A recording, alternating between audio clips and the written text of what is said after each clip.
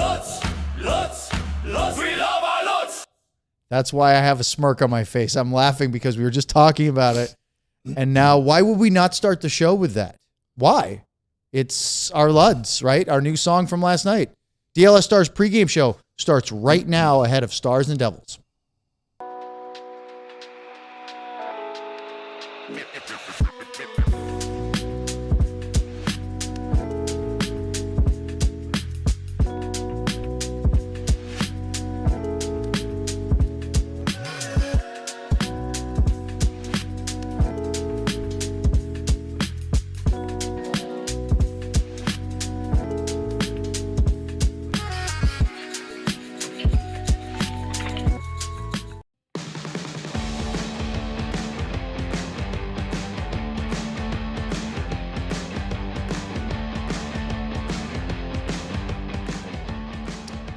This is the DLLS Stars pregame show as we get you ready for tonight's game between the Dallas Stars and the New Jersey Devils. Thank you for joining us alongside Craig Ludwig. I'm Owen Newkirk. Our producer is Ryan Vaughters. Before we get into all the action tonight, let's talk first about an extension of the Cyber Monday sale. That's right. The DLLS Die Hard discount is available for tonight as an extension. They added a day. This is it, though. We mean it this time. Midnight tonight. You cannot get a Die Hard annual subscription for $26 again, at least until the next DLS Cyber Monday, which will be a year from now if they decide to do that. But if you want to get a Die Hard subscription, whether for yourself or for somebody else, what a great stocking stuffer. It's less than the price of a DLLS shirt, which is $34.99.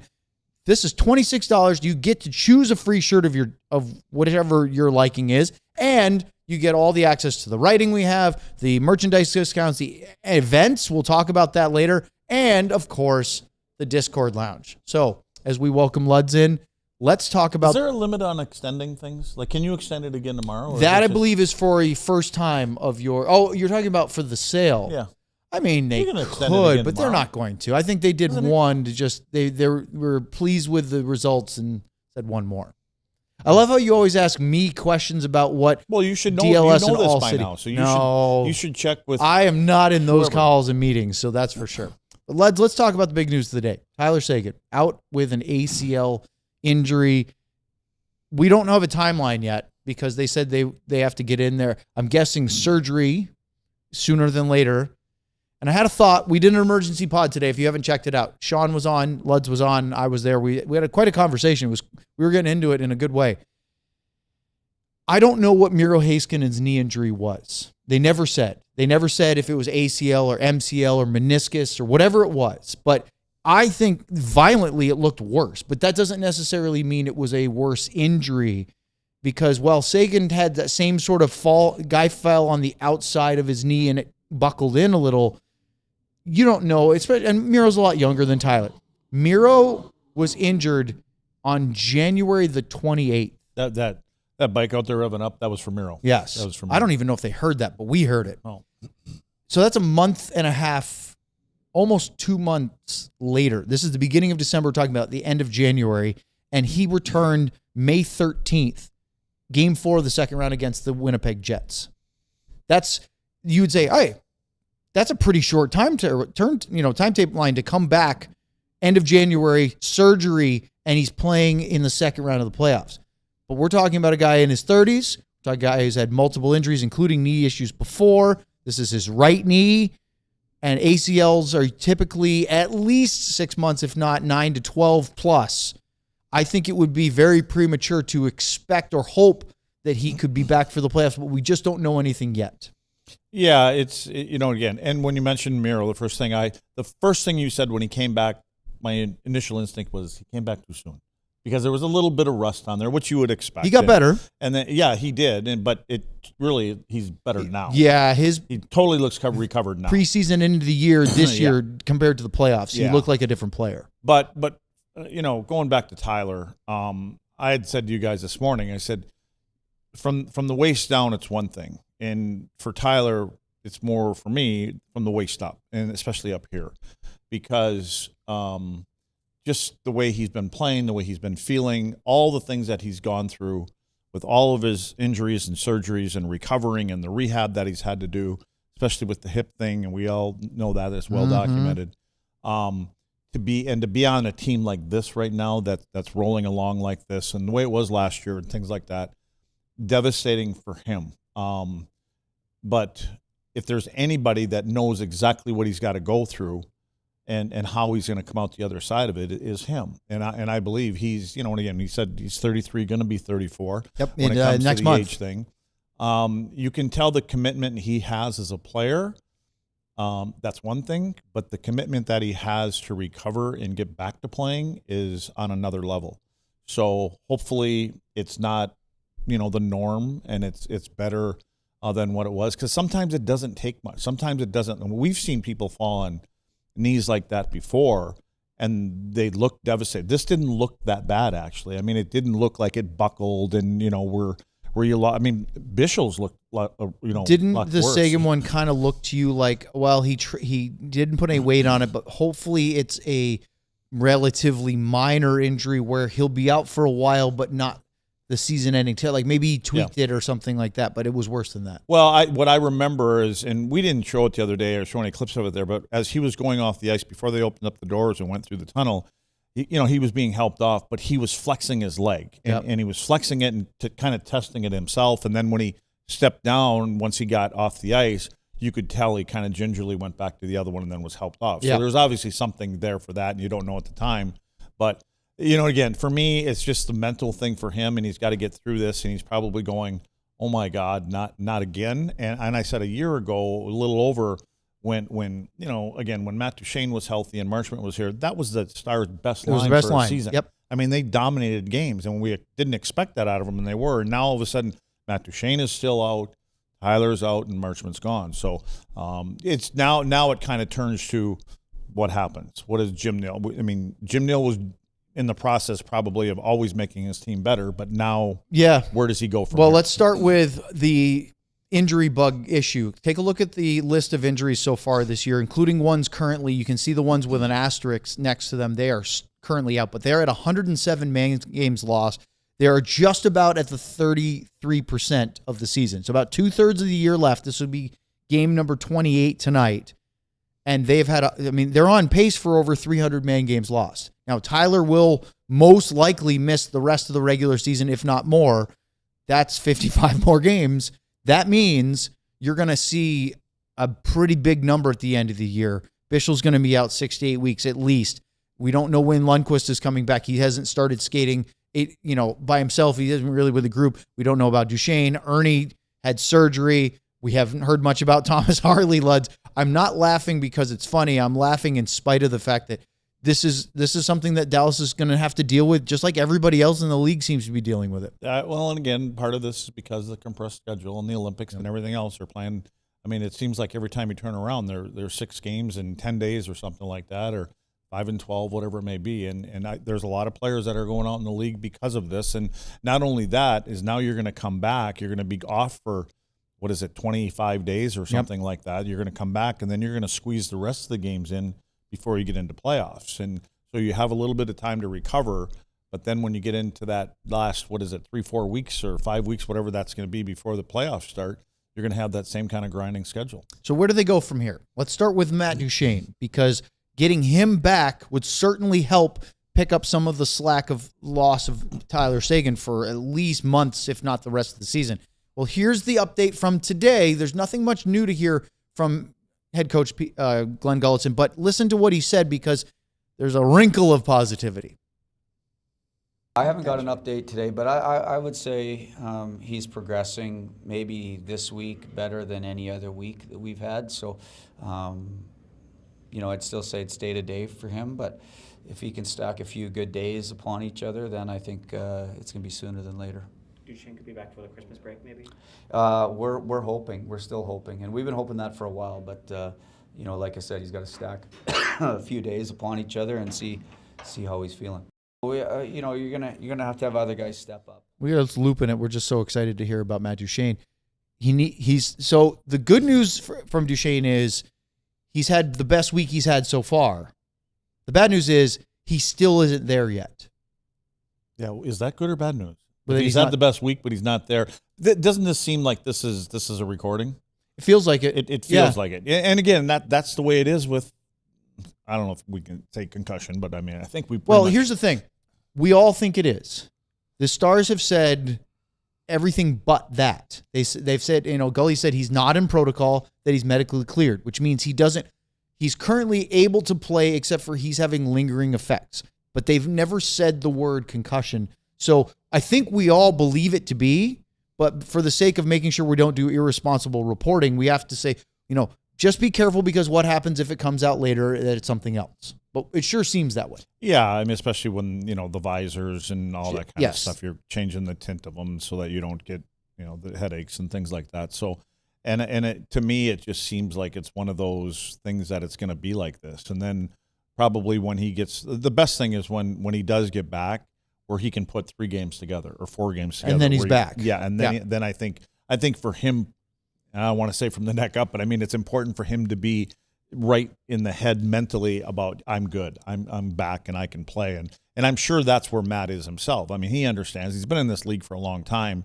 and he wants to play here. I think he signed a 3-year deal, right? He wants to play here and play that long for sure, but he wants to make sure that he's the guy that he knows he can be and he doesn't want to have a setback. And so I think at where we are right now, where this team is right now, it's the right way to go about it, because right now things are going along. They're sitting in a good spot in the standings right now, and there is no reason to rush back right now. And again, regardless of who's out or not, come back as close to 100% as you can. So it's 4 years for Duchesne, just to make sure. He signed a 4-year extension this year. Well, listen to Duchesne's name come up when Glenn Gulletson was asked about who has to pick up the slack for Seguin's absence. You're gonna have to have other guys step up, and if Dutchie comes back, he's gonna have to take some of that, and Borky's gonna get more opportunity. There's gonna be more opportunity for more guys, and then you're gonna see who takes it. So you're not really pigeonholing anybody. You're just seeing who grabs it. It's funny when I hear him, like it seems sometimes like he's struggling to find a couple names. Yes, I mean, because guys keep falling out of the nest. And so you're kind of, the numbers are getting down there. But it's the guy, what I said to you guys this afternoon when we were doing the emergency podcast, the first guy that came to mind for me was Maverick. Just to slide up from that third line, slide up in that hole. And I don't know what he's going to do. I have no idea. But that's my guess too. But I like the way that Mav's been playing lately, and especially the last game. I thought he was really good. So I think he would be the natural. But again, you know what? When things like this happen, it's opportunity for others. And you hear it all the time, next man up. And if Mav's that guy, then he'll get that chance up there. But, and you hope it ends here and you can start getting some guys back in the fold as soon as you possibly can. Yeah, you can gloss over a game here, a couple games here. A guy gets something, he tweaks something, he needs a few days. But when you're talking long-term injuries or season-ending ones, that can be a lot more difficult. The one I'm concerned with, not concerned, I want to hear more, is Thomas Harley. We haven't heard much at all. No, you don't, and I don't like it when you don't hear the last thing we heard was Harley is probably a bit longer than Lyubushkin. Yeah. And Lyubushkin's back now. Yeah. So, but then we thought Matt was going to be back, and he's coming along well. So, hopefully, again, if they're going to be out now, the way both goalies are playing well, you've got Rantanen and Wyatt, and those guys are on fire, and so maybe they can kind of hold the fort until they get back. Well, Glenn Gulletson wasn't real thrilled with the effort last night and the outcome he felt was deserved. I didn't love our effort. I thought that we got a point because of our goalie and our penalty kill. Our penalty kill was real good. Our goalie was even better. Case was even better, and I think that's where we got our point from. Otherwise, I thought we were outplayed. So, being a little short-staffed on D, I thought our D did a pretty good job. I think our forwards, we need a little bit more up front, and they all played us. The right team got the 2 points. Third period and overtime, especially the third period, the Stars really got outplayed. Well, I like Gully. He's upfront about things, right? And he kind of tells it the way it is. And he hasn't had to do that for a long time. And he's right. I mean, if it wasn't for Casey, they probably don't grab a point last night. So Smith, he's been real good. And he was great again last night. And I think that, but again, you're going to have to expect that there's going to be these kind of dips in the game. I mean, guys, regardless if everybody's in the lineup or not, you just can't be 100% every single night and have that perfect game, game after game, especially in this kind of a schedule. All right, up next here in the DLLS Stars pregame show, we're going to talk about the Devils. We're going to talk specifically about former Dallas Stars defenseman Brendan Dillon, because he's going to be honored tonight, and get into a little bit more of, If you were the coach, Luds, who would you move up? If you move up Bork, then who fills in the next 2 spots here on the DLS Stars Pregame Show? I don't know, but maybe we could just start handing shirts out. Maybe that would help them. If they all started wearing, especially our face-off collection, I think we should go there. There it is. So I thought you might wear it tonight. I was thinking about it, but Tilly, my buddy, had left me a message, so I figured I'd wear the Well, shirt. I mean, and you know, Tilly had an issue the other day, but then customer service helped him out because he's a diehard. Really? Oh, yeah. Oh, I didn't He's know a big that. fan. Good job, Tilly. We appreciate Tilly's support. Oh, yeah, there you go. So we're supporting you right back. But yeah, those are the 2 cool shirts that we got going on. And I don't know if they're sold out or not, but we finally got a shirt thanks to all you people buying them. Gonna get another one, too. We'll get the black one. Uh-huh. Oh, well, and then you that's can have nice. both See, the green one and the black one. Ryan started the whole thing. He wore one into the show last night. He did, and he That's the showed ghost that he nobody had ever the sees or black hears. one, too. Yeah. Well, anyway, so that's our big face-off collection. And then we also have, and again, I want to put up Wyatt. Let's put up the Wyatt shirt. Okay, this is the 53C, but I don't know if it's an 18-bit or 16-bit. How many bits is it again? 16. 16. Well, yeah, that's right. It's You could call it Pavelski. 53. It It's wouldn't the be right. Pavelski but- bit. And then let's put up his partner. I'm calling his Ding. partner. That would be the Moose, the Mikko Rantanen, or the finisher, whatever it is. And we have a whole bunch more. But these are the big boys that are carrying this team along right now, in my opinion. And Robo's obviously in that same boat. But we Yeah. don't have a Robo shirt. I don't know why. We should. We should. And We definitely should. We'll get to that. Should we have a picture of him just looking at his iPad? Or his checkbook. Yeah, well, I don't that think too. there's Yeah, checkbooks well, he's a anymore. goal scorer. Let's talk about the extended sale tonight because I mentioned it to you at the top. DLS Die Hard Cyber Monday extended all the way to today. It was supposed to be end yesterday. They added one more day, and we mean it. This is the last day. But think about it. All the shirts that Luds just mentioned, you can get one of them for only $26 if you're not already a Die Hard, and get the Die Hard membership for a year. It's a great deal. And here's the thing. If you're already a diehard, said, listen, I've signed up before, I got a previous sale, whatever, I support you guys, buy it as a gift. Give it to somebody. What a great stocking stuffer. And then either you keep the t-shirt or you give it to your gift recipient. It would be a great way to celebrate the holidays and support DLLS. All right, let's talk about the Devils for a minute because... Wait, you know what I want to talk about right now? Oh, go right Jamie ahead. Benn. Can you pull up Jamie's shirt? Owen was really concerned about this last night because it was Perron and Ben were going to hit their 1,200. You know, game. and I didn't follow up on it. Did you? And so, yes, I did. Oh, I because I like knew this. you were going to be concerned about it. I Well, was. Jamie Benn is number 137. Oh, he started first? Guess who number 30 or what is it? 30 138. 138. Guess who number 138 is? It's David Perron. You're wrong. It's Owen Nolan. Because it goes by points. So Jamie's got more points No, than that's Perron. ridiculous. It's 37, 38, Perron is 39. No, because I'm just doing games. It's not worried about points. No, You looked at it when you get the list, that's how they're there. if it's sorted by points. No, it's sorted, but I'm just telling you that's the order it is. And I went above it and below it. And all the rest of the players that are at the same number, they're because of points. I promise you that you can Well, go just on guys, there I'll, and look at. I'll show it to you when we're Okay. in a commercial. You can sort it by games and not by I points. didn't sort it. I just pulled up a list. Yeah. It's got their list on there. It's not sorted by anything.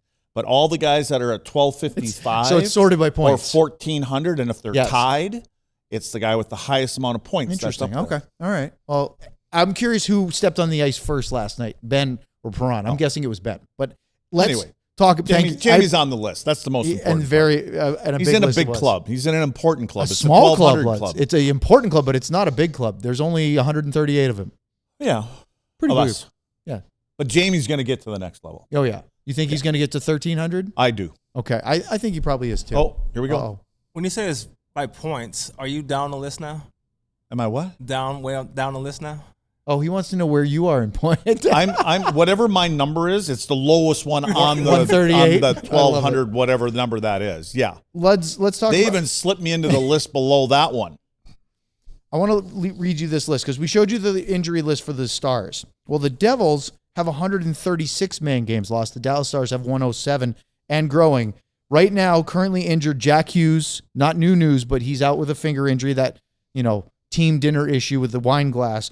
Zach McEwen is on Got in a IR. Fight with a wine glass. Brett Pesce has a hand issue. Jonathan Kovacevic has a knee issue. And then Evgeny Dodonov out with an upper body injury. So they're missing a bunch of guys too. And then you look at you've got the roster in front of you. I've got the lines. Some young guys. Hey, but Stefan Nason, Plano native. Luke Glendening, former Dallas Stars in the lineup tonight. And Brendan Dillon, also part of that. They're going to honor Brendan Dillon tonight because he hit 1,000 NHL games on Monday against the Columbus Blue Jackets. Now, aside from the drama in that game, this is a guy who was undrafted by the undrafted in the NHL, signed by Joe Nieuwendyk, then GM of the Dallas Stars, played his first game as an NHLer for Dallas at the end of the 11-12 season, 2011-2012. It was April 7th, 2012, against the St. Louis Blues. Richard Bachman was in the net for the Stars in that game. Ryan Garbett scored a goal. But here's Brendan Dillon on Monday before his 1,000th game. I could have played all 9 minutes. It's an unbelievably introspective look at a player, and he's such a good guy. I know Diller a little bit from AHL way back in the day, and he still greets you with that same friendliness, except for on the ice, because he's learned something. Listen to Dillon about 1,000 games and what it means to him. I was never the best kid on any teams I played on. I was never the biggest or fastest. I just kind of found a way to affect the games, and then I had a big growth spurt when I was 17, 18 in the Western League, and it was just one of those things where we all wanted to be Cale Makar, and we all wanted to be the Quinn Hughes and all these guys running power plays, and I kind of had to figure out what was going to be my path if I wanted to make it to the next level. And at that time I was going from junior to pro, and I didn't get drafted, and I still remember the day thought my life and world is over. And those people I talked about earlier, I had head coach Rob Sumner and assistant coach Turner Stevenson, who's well known around here in the Devils parts, that just really helped me evolve, not just as a hockey player, but as a person, as my 19 and 20-year-old years in junior, and kind of just develop my all-around game. Realize that you're going to have to hit a few people, maybe fight a few people, and here we are almost 20 years later, and just very, very fortunate, and again, wouldn't change it for the world. All the hardships and tough days, it's really hard to say you've had a bad day when you're playing this league. What's your take of Brendan Dillon? Because he was traded by Jim Nill to the San Jose Sharks, and it was in November of 2014 for Jason Demers and a 2016 third-round pick, which actually turned into Freddie Karlstrom, who played a little bit with Dallas, mostly in the AHL, now back in Europe.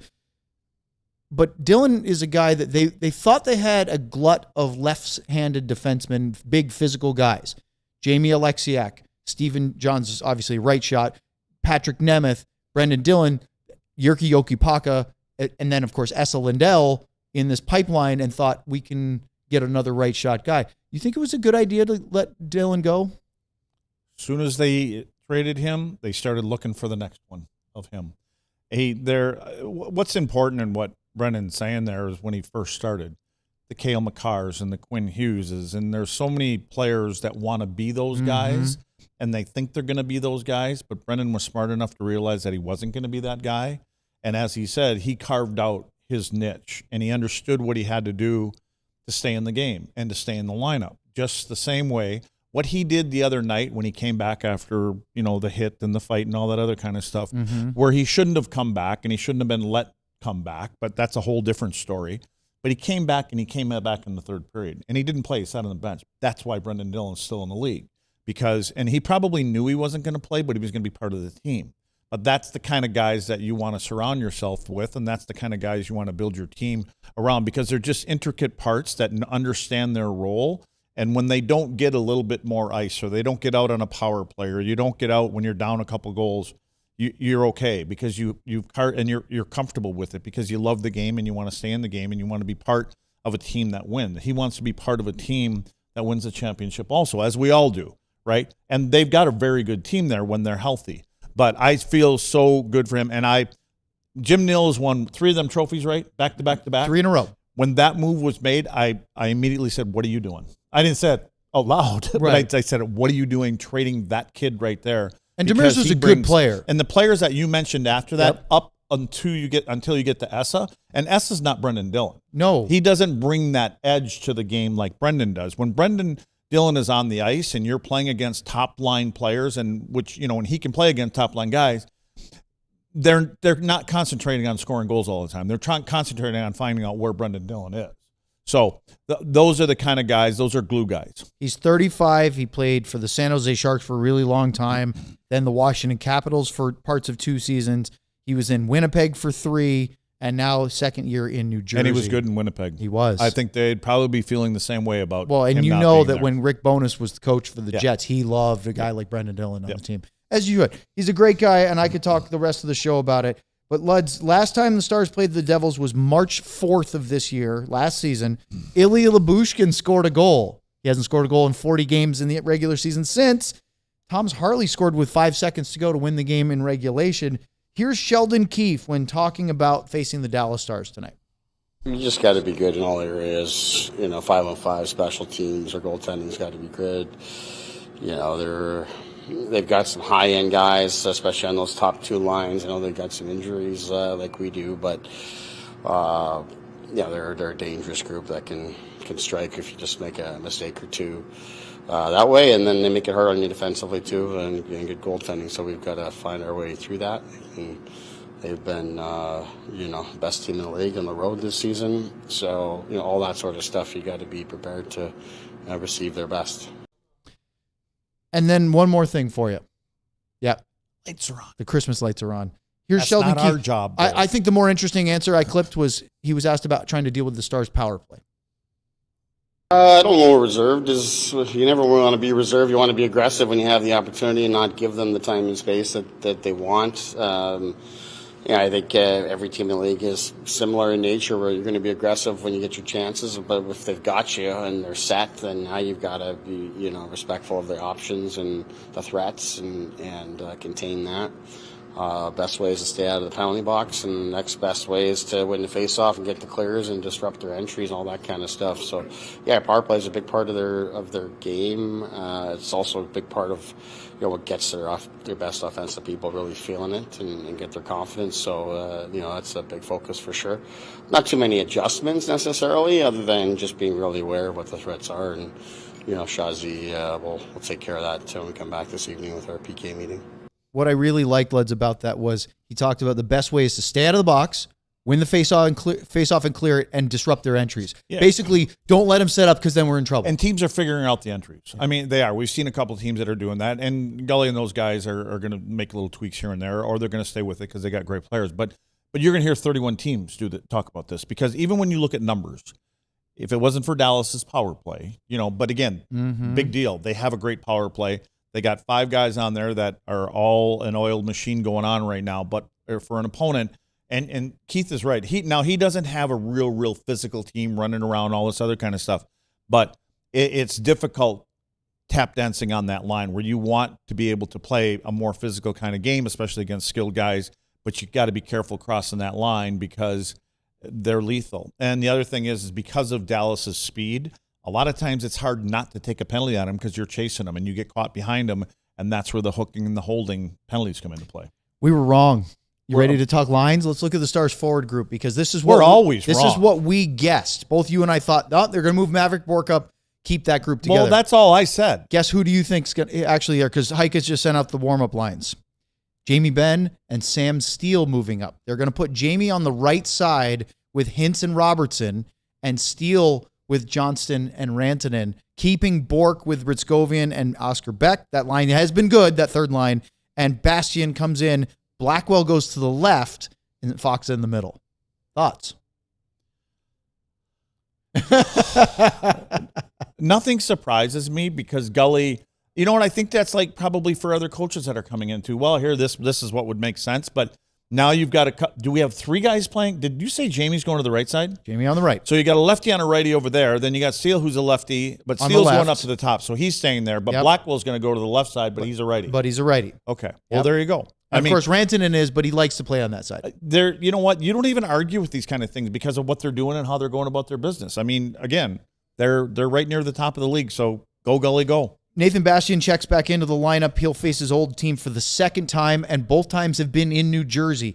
Remember, he was claimed by Seattle, played with the Kraken, and he faced the Devils. He was drafted in the second round by the Devils in 2016. But in 2021, in October, he played for the Kraken at New Jersey, had 8.5 minutes of ice time, no points. Then he got put on waivers, and the Devils got him back. And so he's playing 264 of his 293 career NHL games with New Jersey. Understands how to stay in that lineup. And this will be a special game for him, even if it's not the first time facing the Devils as an opponent. Now he's facing them for the first time as a Dallas Star. Yeah. So, and again, I think guys, they live for, they look forward to some of these games like that. And so they're important games for guys. And they want to, players sometimes just want to show that, maybe you made a mistake. Mm-hmm. But even if you did, I'm happier where I'm at. What I'm really glad is I scribbled down a note to remind Luds to close the show today with a birthday that's right. wish. I need to say happy birthday to my daughter-in-law, Taylor, who's turning, I'm not supposed to say it, so I'm not going to say it, but I'm sure Sydney, Hayden, and Bradley are doing all the laundry, and Tyler is outside on the smoker right now, Taylor, and you got your legs up, having a drink. That's what I meant by that. Feet up. Feet up, legs up, feet up. Well, I don't know. She Feet was up over would at be my good. house the other night, and they had their legs up in the air. All of them did. Anyway, happy birthday, Hey now. Taylor. Hey now. All right, play us out. We'll be back for the post-game show. I don't know how you beat Feet that. up. Put your feet up, Taylor. Lutz, Lutz, Lutz, we love our Lutz. We all silly like the mayor.